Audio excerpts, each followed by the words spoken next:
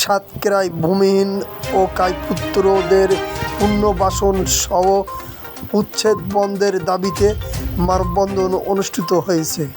আলিপুর কায়পুত্র পুনর্বাসন আন্দোলন কমিটির আয়োজনে 15 জুলাই সোমবার সকাল 9টার সময় সাতক্ষীরা কালীগঞ্জ সড়কের আলিপুর ঋষিপাড়া নামক স্থানে সড়কের উপর মানববন্ধন অনুষ্ঠিত হয়।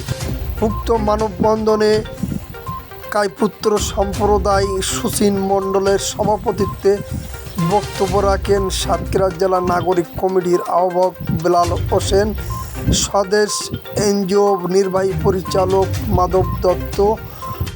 এছাড়াও বক্তব্য রাখেন নিত্যচন্দ্র সরকার, ওবায়দুল সুলতান, ইদ্রিস আলী, আব্দুস সামাদ, কওসার আলী, কমরেড আদিত্য মল্লিক, মফিজুর রহমান, আবুল হোসেন সহ আরও অনেকে এনজিও প্রতিনিধি এবং কায়পুত্র সম্প্রদায়ের মানুষ।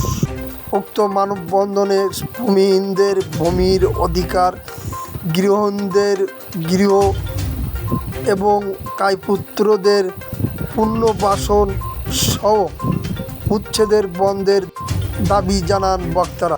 এই প্রশ্নটি রাখতে চাই, কেন তারা আজ পর্যন্ত একটি ভূমি পায়নি, কেন তারা আজ পর্যন্ত একটি ঘর পায়নি।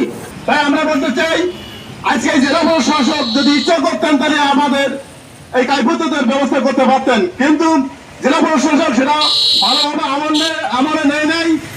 করে তাদের পুনর্বাসনের ব্যবস্থা করা হোক, তাই বলে আমার ঘর ভেঙে আমার রাস্তার উপরে তুলে দিয়ে গাড়ি চাপা দেবেন, এটা হতে দেব না।